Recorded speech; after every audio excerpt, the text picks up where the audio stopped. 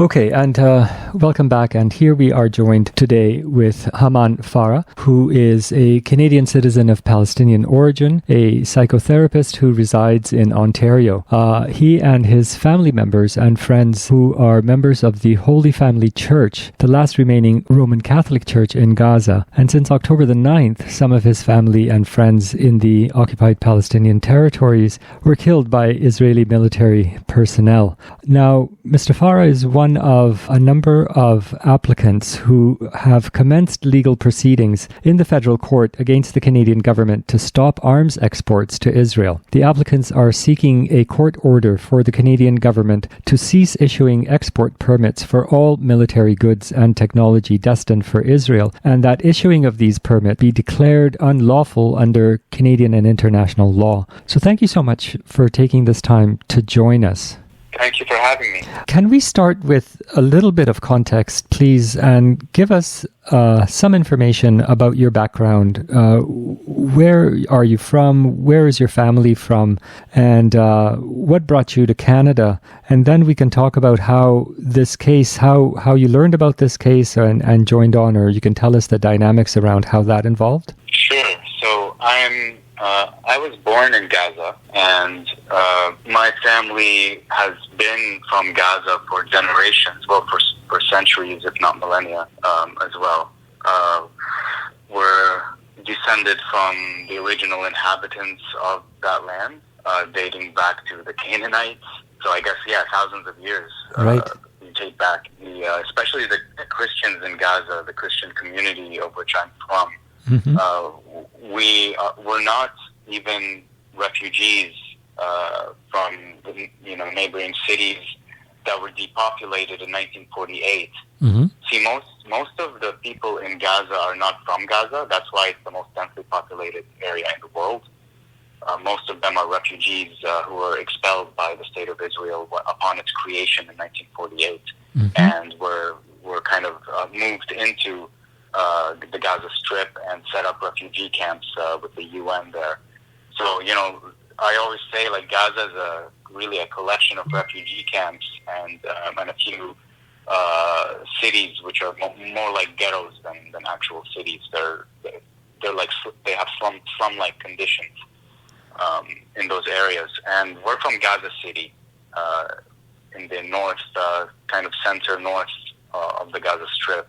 Mm-hmm. And the largest city there, and so we're descended from people who were there for thousands of years, and we set up the first, built the first churches, some of the first churches in the entire world, actually, mm-hmm. In Palestine. And for me personally, when I was born, when I was a child, my father moved us to the UAE. And so I grew up partially there, and then we immigrated to Canada when I was 8 years old. Mm-hmm. And I grew up partially here as well. Then we had to go back to the UAE. I did high school there, and then returned to Canada for university and have been here ever since. So I am a Canadian citizen as well. And I used to visit Gaza over the summers growing up, until I wasn't allowed to anymore. The Israeli military sealed off the borders of Gaza at the height of the Second Intifada, the uprising that took place between the year 2000 and 2004, or 2004, 2005. I was barred from entering Gaza to see my extended family during that time. And then there was the Israeli blockade, the siege that was imposed when Hamas took power internally in Gaza in 2007. So I wanted to go then, but it was too dangerous at the borders. I know Egypt was fighting its own battles with extremists in the Sinai at the time, ISIS-like elements, and so I didn't make the venture to go. Now I have some regrets about that. I think there were moments that were relatively safer that I could have gone in 2016, say 2015, 2017, 2018, up to the pandemic. I guess those were years I could have tried to go through Egypt into Gaza, but but I didn't. And the reason I regret it now is because, well, Gaza is destroyed now, so I don't have a chance to see what used to be there, like some of our homes, family members, and especially the family members that were killed in this round of atrocities that took place, that are taking place currently. So, yeah, that's I would say that's my story in a nutshell. I mean, our condolences for... Thank you. Can you give us a sense of what the... when in the news here, we often seem to think of Palestinians as a bloc, but we forget that Christianity is a very important religion in the sector, in the area, and has been there for millennia, if not right from the beginning as such. So can you give us some context around Christian Palestinians, either here or there? Just give us some context, please. Yeah, so Christian Palestinians make up overall 15 to 20% of the Palestinian population overall. So that's not a small minority. It's a large minority that we make up. Although in the mainstream corporate media, we're downplayed or haven't been represented. You don't hear about Palestinian Christians as much. That's right. In the mainstream media, I think there has been some sort of an unspoken attempt to conceal the existence or the numbers, at least, of Palestinian Christians that exist. Why do you think that's the case? Yeah, because Israel benefits from, and the U.S. benefits from having, portraying the image that this is a Muslim versus Jewish conflict, that this is a religious conflict dating back centuries, if not millennia, and therefore it's too complicated and you can't really solve it. It's the framing of it, is the chosen frame of it is what you're saying. Yeah, and it does serve their interests to not talk about the similar Christians who are also living and breathing in America and other places, to connect that with the lands that are being bombed and occupied and access restricted and so on. Yeah, exactly. And then there are those in power who also want to make this into a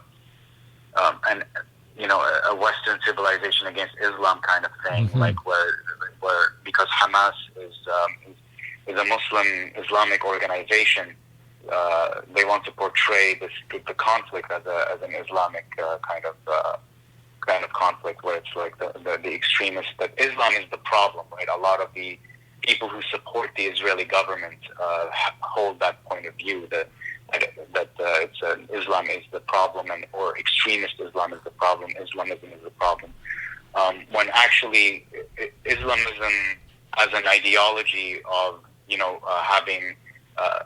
establishing an Islamic State in Palestine is actually a relatively new phenomenon within this conflict. Hamas was only founded in 1987. That's decades after the creation of Israel, and the Palestine-Israel conflict started in 1948.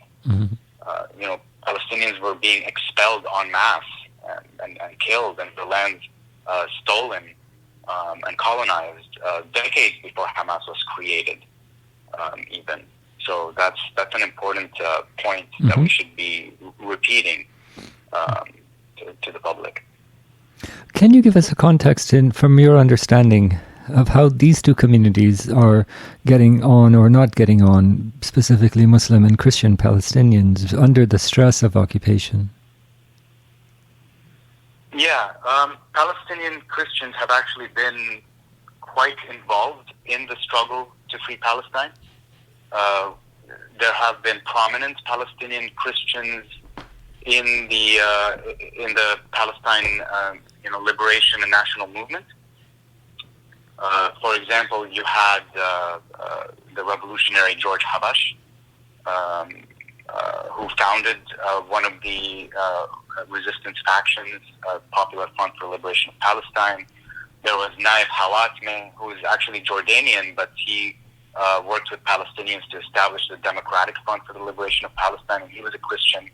And the DFLP is right now actually engaged in battles with the Israeli military in Gaza alongside Hamas. But you hardly find anybody who knows about this. They have 3,000 resistance fighters in Gaza right now engaging with the Israeli army. And they were founded by a Christian and currently led even by Christians. And they're engaged in the fighting. So that's one thing. There's also Hanan Ashrawi, who is, quite a popular Palestinian leader who was a leader in the PLO formerly. Now she still works in the West Bank and appears in frequent media appearances to advocate for Palestine. So she's a Christian as well. There was Shireen Abu Akleh, the famous Palestinian Christian journalist who was assassinated by an Israeli soldier or a sniper shot in the head. That story broke international news in 2022 when Israel first denied having killed her, and then they were, with pressure, they admitted that it happened. Right. As well as a number of priests who are quite involved politically in the West Bank. Father Atallah Hanna is a famous one. He's considered an icon of the Palestinian struggle. He's been detained and arrested several times by the Israeli army. And he's actually the spokesperson for the Orthodox Church in Jerusalem. You have other priests as well. There is, what's his name, who just shot the fame for his advocacy, Munzer Isaac, who is a Lutheran priest in the West Bank, and who has been outspoken since this, Israel's been committing its atrocities and genocide in Gaza since October. So you have all of these Palestinian Christians who are big names who have been involved in the struggle, and yet you don't really know that they're Christians. You don't really hear about them representing the struggle to free Palestine. And it's really unfortunate, and we, sometimes we Christians have to raise our voice extra loud so that the people in the West can realize, and not only in the West, but even in the Middle East itself. We want, you see, Palestinian Christians want other Palestinians and other Arabs in the Middle East, the Muslims, to know that we exist as well, and we're also fighting for this land. And it's not a religious issue. It's an issue of colonizer and colonized, and occupier and occupied. It's not a unique issue on its own. South Africa went through this, Ireland went through this, and we're going through this right now. So that's that's really the overview of the involvement of Palestinian Christians in the struggle, in the national movement. No, thank you so much for sharing that. You're totally right. This history is really silenced. It's good of you to share, and for listeners to also follow up and check it out for themselves, because the information is out there. One needs to source it. Can we move on towards talking about the recent lawsuit that you are involved with?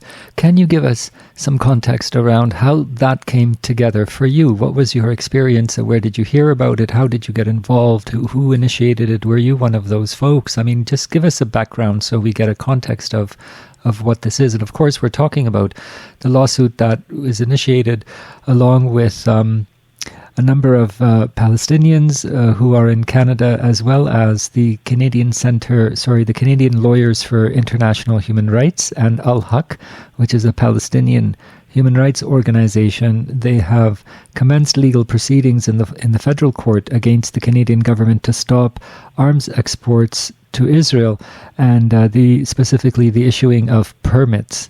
So can you give us a backup on this, and how did you get involved? Yeah, so I'm in a unique position because I was involved with the Palestine Solidarity Movement here in Toronto for about 20 years since I was a student activist at York University, and so I already have a lot of connections to things like this, and lawyers and whatnot. I actually had to fight censorship of myself using lawyer activists in the past. It wouldn't be it's the first time I officially launch a lawsuit, but I've had to rely on the support and solidarity of lawyer activists like Dimitri Lascaris, for example, who helped me get past a few issues before of attempted silencing by Israel lobby groups like B'nai B'rith Canada. And Canary Mission is another one that attacks Palestinian activists and tries to silence them on the allegations that they're anti-Semites. Right. So by virtue of these connections, I was connected to the the Canadian Lawyers for International Human Rights, and I had a conversation with them, and they were offering to file a lawsuit about this issue, taking the Canadian government to court for selling weapons to Israel. And, because I have family that were murdered by the Israeli army, I willingly, signed on to this. Right. And, so we've seen that since it was reported in the Maple that arms exports have actually increased since October. Do you have any information around that? Yes, so there was 28 million, something like, it was about $28 million. Let me just double check that. Maybe it was 26 or so. But the exact figure isn't important. We're in the ballpark. So go ahead. Yeah. Yeah. So that's the amount that was sold in aid money to Israel. In the Maple, it's reported at 28.5 million of new permits for military exports to Israel during the first 2 months of Israel's brutal war on Gaza. And this is from supplied by the Maple by Global Affairs Canada. That's right. Yeah, so export permits for military exports to Israel during the first 2 months of the bombardment. That's right. Yeah. So and that's despite Melanie Jolie having said that there haven't been any weapons sold to Israel. I think the government's position was that they are not selling any lethal sort of whatever their terms are. But the Maple goes on to say that the categories certainly do consist of lethal weapons, and folks can read that article if they like. It's published in the Maple by Alex Kosh, and the title of the article is "Trudeau Government Authorized 28.5 million of new military exports to Israel since October." I just wanted to get a sense from you around these exports and what information or knowledge you have around them, please. I do have one more thing to add to that. Yeah, and it's that whether yes, there have been lethal weapons sold, and at the same time, the non-lethal parts that were sold are parts that are used to build or to complement a lethal weapon. Exactly. This was the silliness of the comments that are being made around, but these parts are non-lethal and this is that, and does it really matter at the end of the day?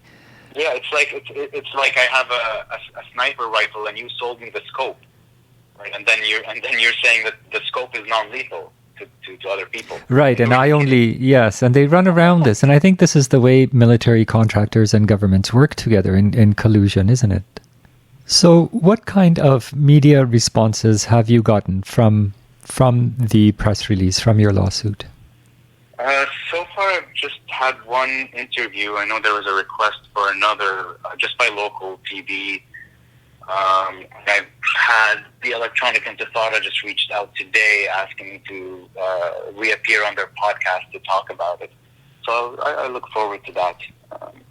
I hope there can be more media attention on this case in the coming months, and as the case progresses. Yeah, well, no doubt. So what are some of the other groups or coalitions that have come together to throw support with you guys? So far, I've just been seeing a lot of support online, like individuals asking how they can help. There's been quite a response, a big response on social media as the posts have gone viral announcing this lawsuit. I know that Canadians for Justice and Peace in the Middle East publish a lot of information about Israeli weaponry, so I'm sure that CJPME would be supportive of seeing this go through. And people can really go to CJPME's website to have a lot of information about Canada's history selling weapons to Israel as well. But we hope that more groups will get in touch in the coming weeks or so, expressing their support. There's an organization called World Beyond War that has been also organizing protests around factories that are producing military equipment in Canada, who have also, I think, are joined in or are supportive. I don't think they're an applicant, actually, but they're certainly supportive of the cause. Yeah, they're not an applicant, but they are very supportive of the cause. They were quoted in the press release. They've been quite active on the ground, blockading the entrances of weapons companies here in Canada. So I'm sure they're quite happy to see what we're doing here, and our work. I see it as complementary to their work, pressuring. Their work of direct action to pressure the government. And it really does fall in line with my view that there should be a two-pronged approach here. I don't think one approach is really going to be strong enough to go against such a powerful body like the government, right? So I think that there needs to be a lot more pressure on the government. I mean, look at how much pressure it's taken. We have over 30,000 Palestinians in Gaza have been killed now since October, and we still aren't able to get a ceasefire in effect, and haven't been able to really get a strong demand for a ceasefire on behalf of our government, despite all the death and destruction and horror that we're seeing. So it's been quite distressing to see how far these politicians and these powerful people will go to keep this genocide going, even though we're seeing it on screen.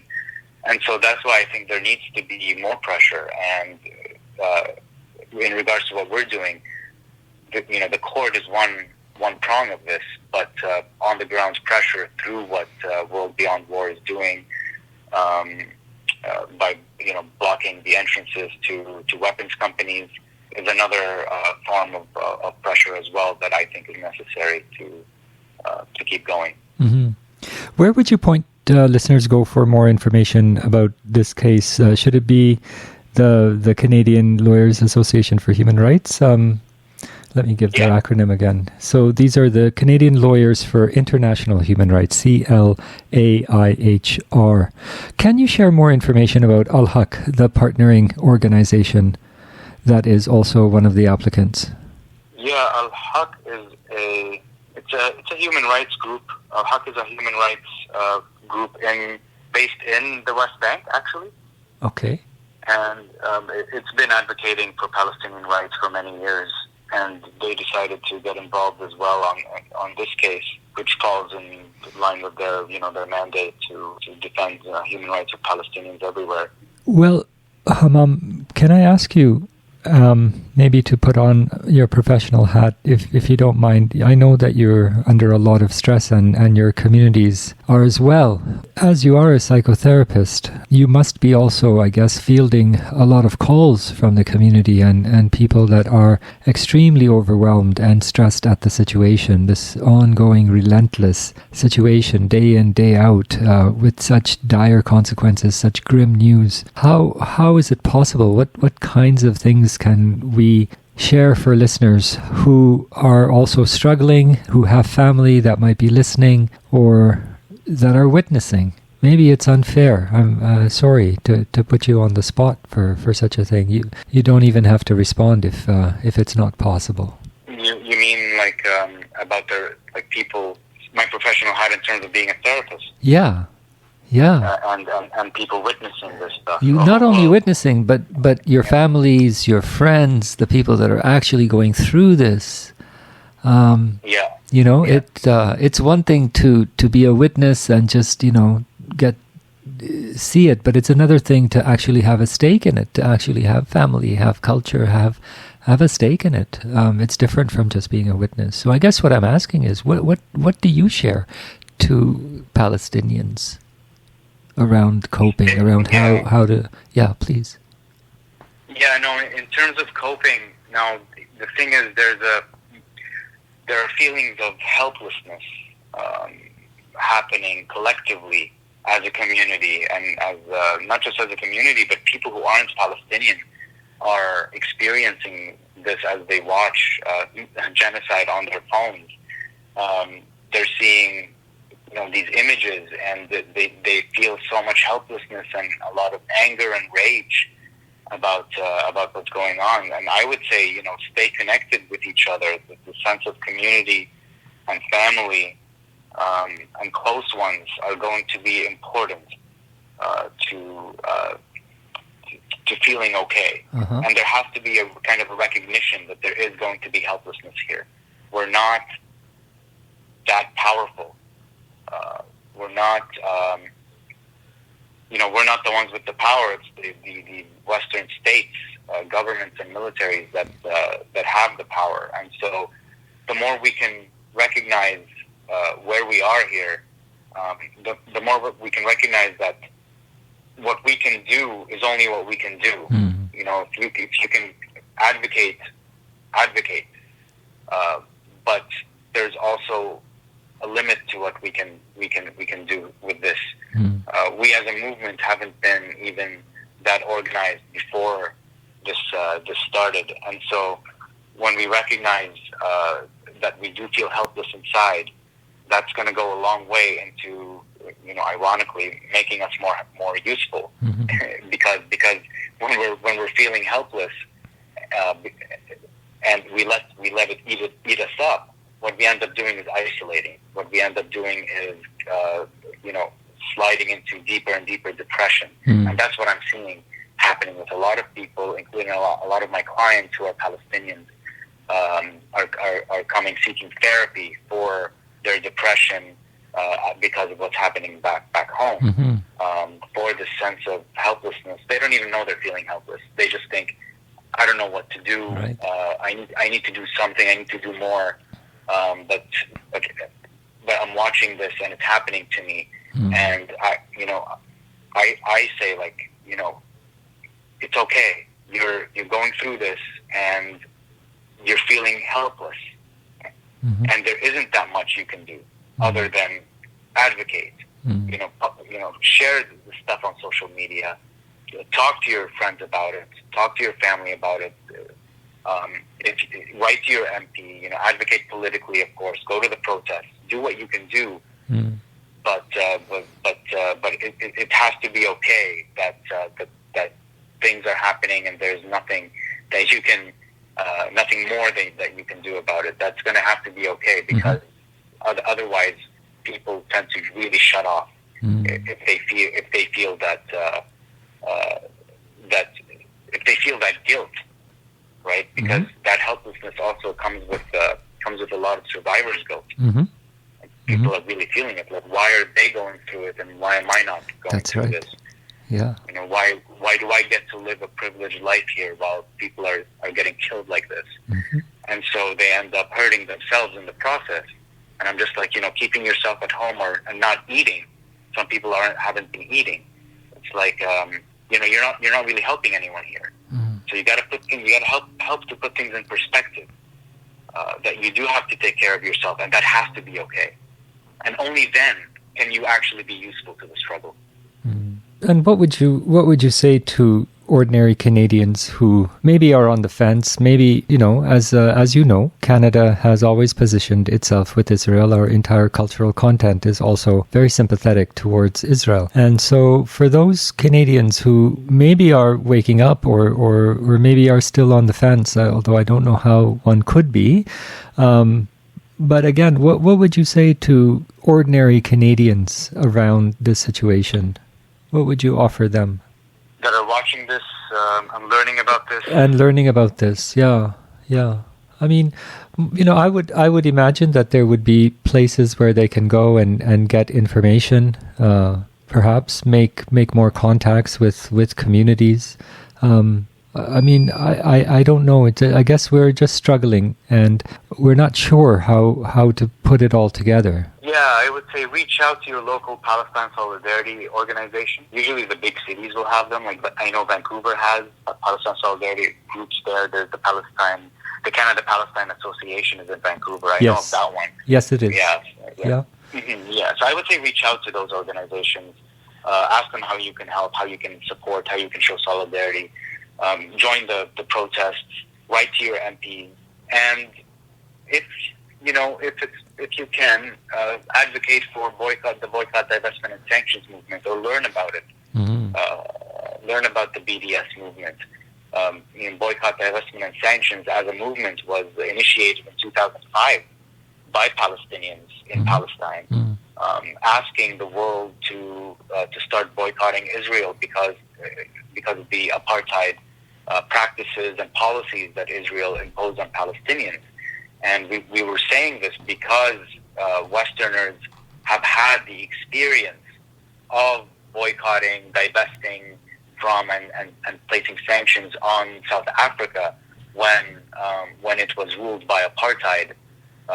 And this was in the 80s, where a lot of Canadian institutions started to boycott South Africa. That's right. Eventually leading to the downfall of the apartheid regime and the release of Nelson Mandela and democratic elections taking place in South Africa. And so we're saying the same thing. Now Israel is guilty of the crime of apartheid. Under international law, apartheid was made into a crime. The Convention on the Suppression and Punishment of the Crime of Apartheid.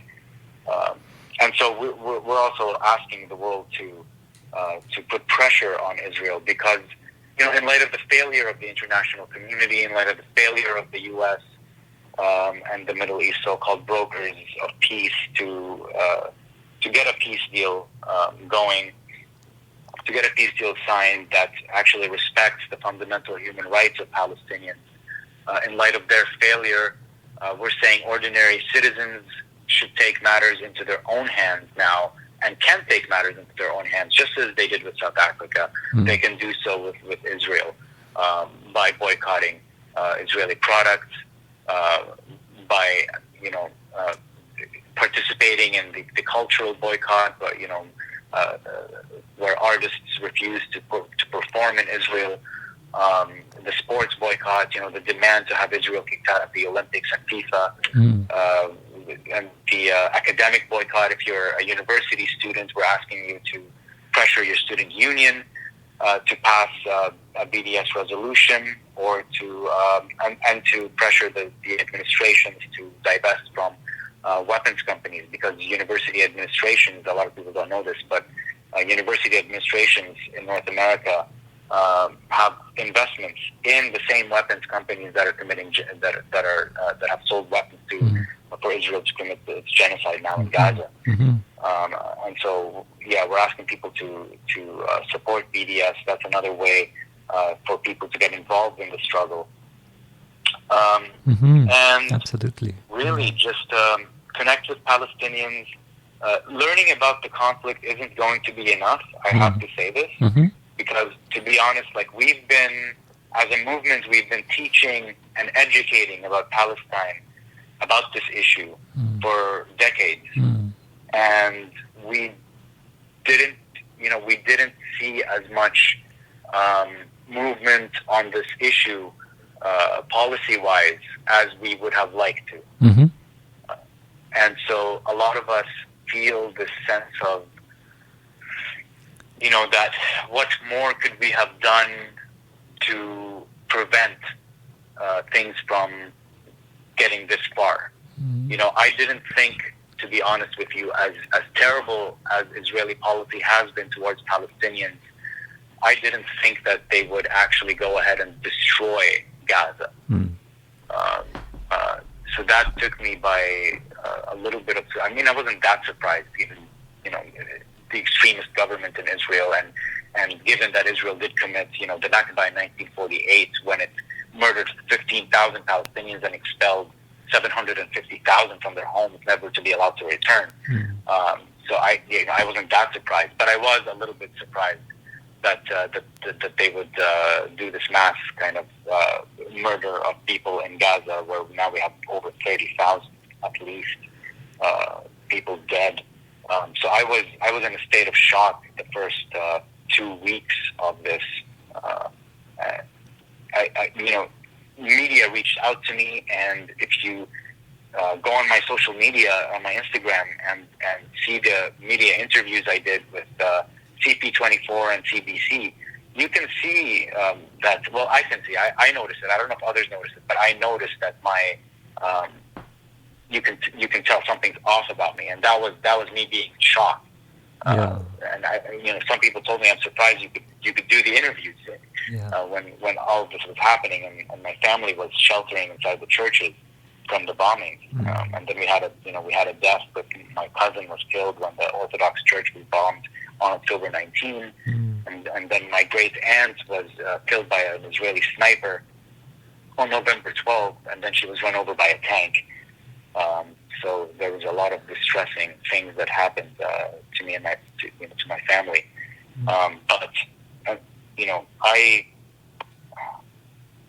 I survived all of that, and then I was able to get myself back up in January, just by kind of telling myself I have a responsibility to speak about this, and to be healthy and speak about this from a healthy place, and not a place of complete depression and darkness that I had been in from October to December or to January.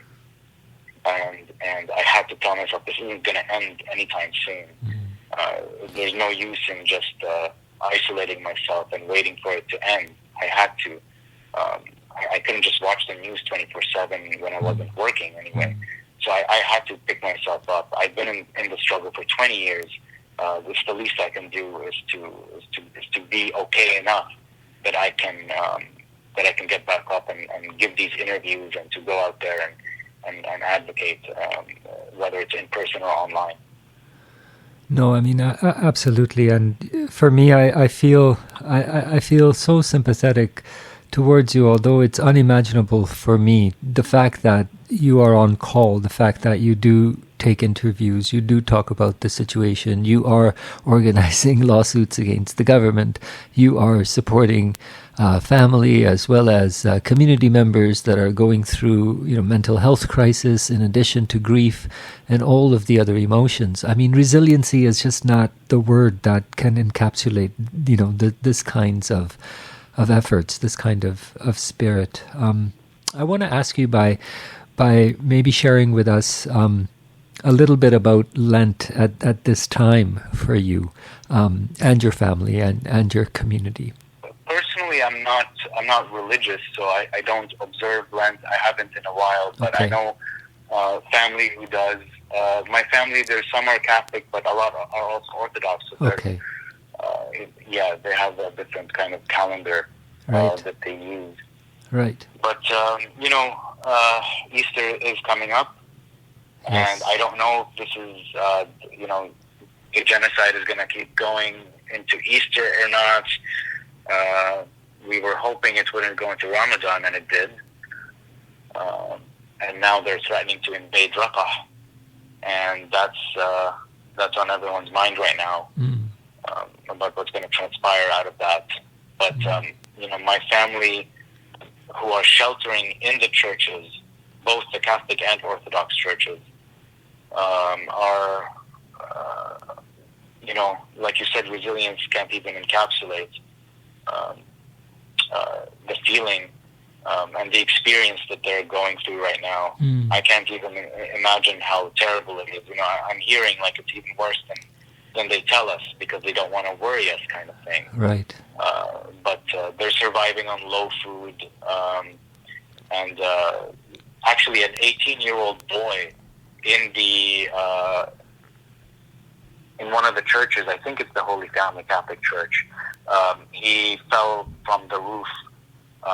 He was either trying to fix something up there, or he was looking for a signal on his phone. I heard different accounts here, but he fell from the roof and was hurt pretty badly, and he's currently in a coma. Oh. And there's no medical aid can reach him right now. So, the community is worried about his life, and others have already died from illnesses. I know that illnesses are spreading in the community of shelters in the church, in the churches. So we're really worried about them right now in terms of those factors, accidents or diseases and illnesses that are spreading. That's currently in the last 2 weeks. What's being the issue that people are worried about the most. But in terms of the Israeli army, we don't know where this is going to go. Is the army going to return to the churches and do what they did before, like bombing them and having snipers positioned around them, that ended up in, the killing of the two women who were family friends of mine, Nahida and her daughter, Samar Anton, who were killed by Israeli snipers, and 7 others were shot trying to rescue them. I don't know if we're gonna, see a return to that. I know that, I think it was last week, the Israeli army did try to go into the neighborhood. They did tell people to leave. They told the people in the neighborhood and inside the churches that they had to evacuate, because they were taking over the neighborhood.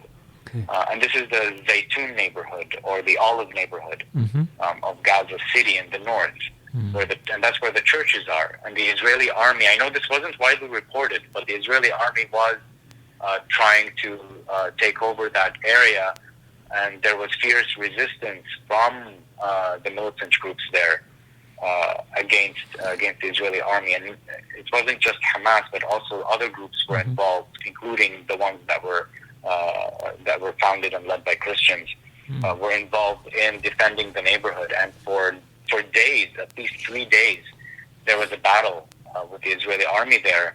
Eventually, the army withdrew, and we were like, wow, didn't see that, happening. But the army withdrew from the neighborhood, and the people in the church told the army that we're not leaving, because we don't believe you that we're going to be safer if we leave the church, right?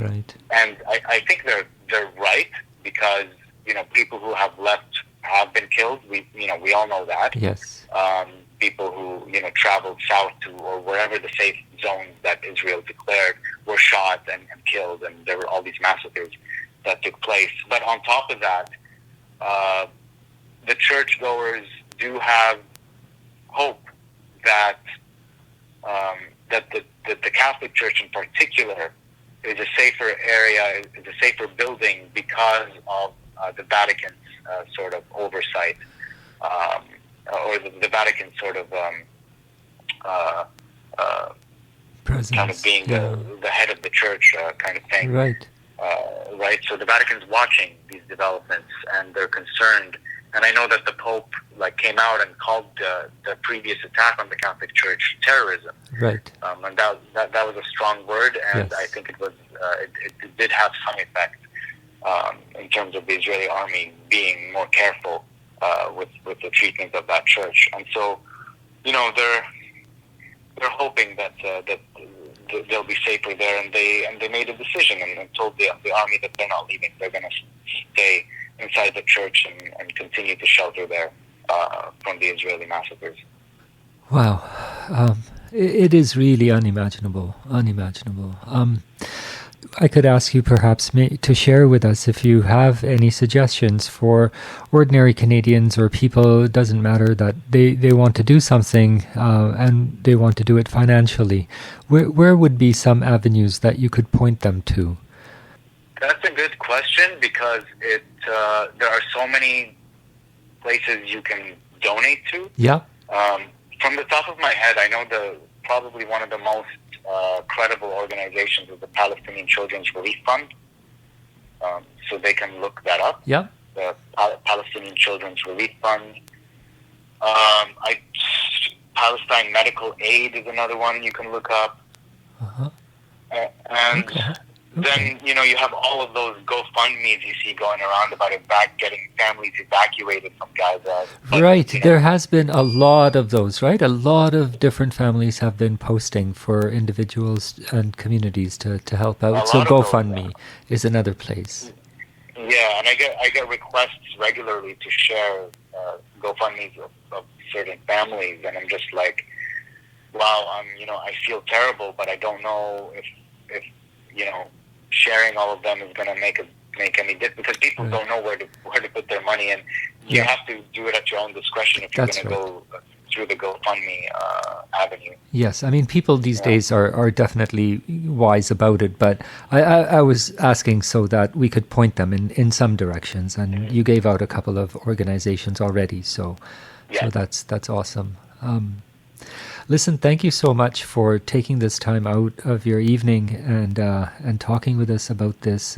Thank you for all of the information that you've given us, and we hope that we can contact you again in the future and talk a little bit more about the developments. Yes, absolutely. Thank you so much for having me. Okay, thank you so much. Take care. Bye-bye. Bye-bye. So we were speaking with Hammam Farah, a Canadian citizen of Palestinian origin and a psychotherapist who resides in Ontario. And we were discussing the legal proceedings against the government, against the Canadian government, for issuing export permits for military goods and technology destined for Israel. So stay tuned. We'll be coming up with more programming right after this. I'll start with this poem. I wrote this poem when the bombs were dropping on Gaza, and I was the media spokesperson for the coalition, doing a lot of the organizing. And we had stayed up to about 6 o'clock in the morning, perfecting every soundbite. And by the end, if you're Palestinian, most Palestinians get tired and start pronouncing our P's as B's. So we become Palestinians by the end of the day. So I was practicing my P's all night. And the next morning, one of the journalists asked me, "Don't you think it would all be fine if you just stopped teaching your children to hate?" I did not insult the person. I was very polite. But I wrote this poem as a response to these types of questions we Palestinians always get. Today, my body was a TV'd massacre.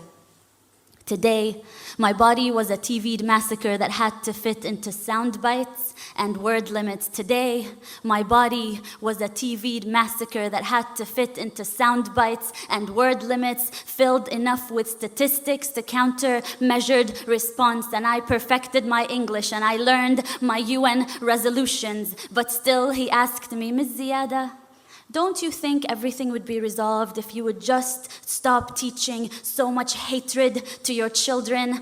Pause. I look inside of me for strength to be patient, but patience is not at the tip of my tongue as the bombs drop over Gaza. Patience has just escaped me. Pause. Smile. We teach life, sir. Rafif, remember to smile. Pause. We teach life, sir. We Palestinians teach life after they have occupied the last sky. We teach life after they have built their settlements and apartheid walls. After the last skies, we teach life, sir. But today, My body was a TV'd massacre made to fit into sound bites and word limits. And just give us a story, a human story. You see, this is not political. We just want to tell people about you and your people. So give us a human story. Don't mention that word apartheid and occupation. This is not political. You have to help me as a journalist to help you tell your story, which is not a political story. Today, my body was a TV'd massacre. How about you give us a story of a woman in Gaza who needs medication? How about you? Do you have enough bone-broken limbs to cover the sun? Hand me over your dead and give me the list of their names in 1,200 word limits. Today, my body was a TV'd massacre made to fit into sound bites and word limits and move those that are desensitized to terrorist blood. But they felt sorry. They felt sorry for the cattle over Gaza. So I give them UN resolutions and statistics, and we condemn and we deplore and we reject. And these are not two equal sides, occupier and occupied, and 100 dead, 200 dead, and 1,000 dead. And between that war crime and massacre, I vent out words and smile, not exotic. Smile, not terrorist. And I recount 100 dead, 200 dead, 1,000 dead. Is anyone out there? Will anyone listen? I wish I could wail over their bodies. I wish I could just run barefoot in every refugee camp and hold every child, cover their ears so they wouldn't have to hear the sound of bombing for the rest of their life the way I do. Today, my body was a TV'd massacre, and let me just tell you, there is nothing your UN resolutions have ever done about this, and no soundbite I come up with, no matter how good my English gets, no soundbite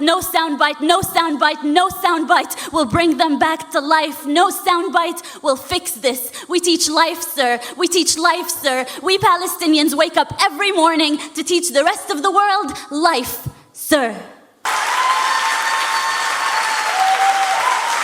Thank you. Okay. And if listeners were wondering, that is a poem called We Teach Life, Sir, and it's by Rafif Ziada, who is Canadian and really powerful. Folks can look up their work.